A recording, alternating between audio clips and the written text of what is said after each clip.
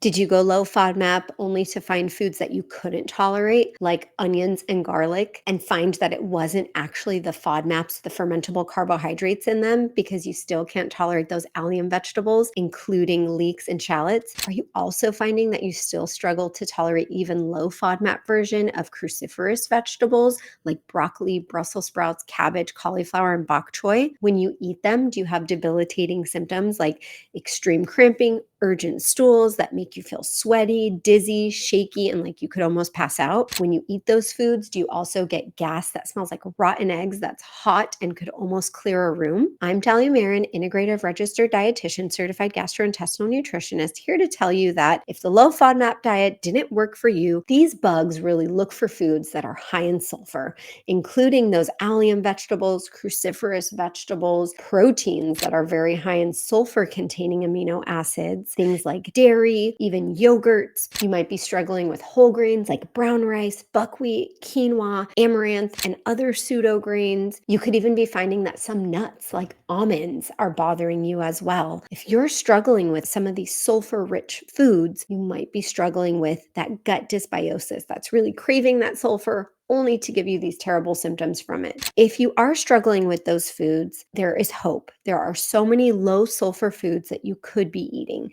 Things like potatoes and sweet potatoes. You could be eating things like cassava, carrots, zucchini. There are so many low sulfur fruits like citrus and grapes and melons and certain berries.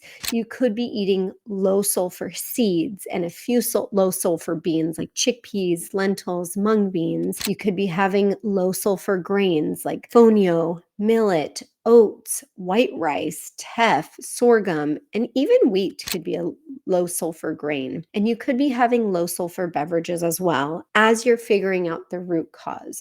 So we hope this gives you hope to know there are low sulfur foods you could be trying and eating to see if that alleviates your symptoms. If it does, know that you might have a gut imbalance and that there are those out there who can help you balance out your microbiome where you have less of those inflammatory sulfur bugs, more of the bugs that help keep them in check, crowd them out, and help keep your gut happy and balanced. If this is helpful for you, get plugged into our system, get resources on low sulfur eating, and get clued in with a dietitian who knows all about it and all about how to help you heal with each meal. For those of you that don't know, Dahlia was our first patient. She struggled with SIBO and IBS and so many GI problems on a day-to-day basis, hunched over, causing so many other issues. We wish we had a protocol in place, a program in place that led her through step by step, inch by inch, and really guide by guide, so she had everything at her fingertips. Now we have that. That is our Good Gut SIBO IBS program. You can do it 100% plant-based. You can customize it, but it is one of the only programs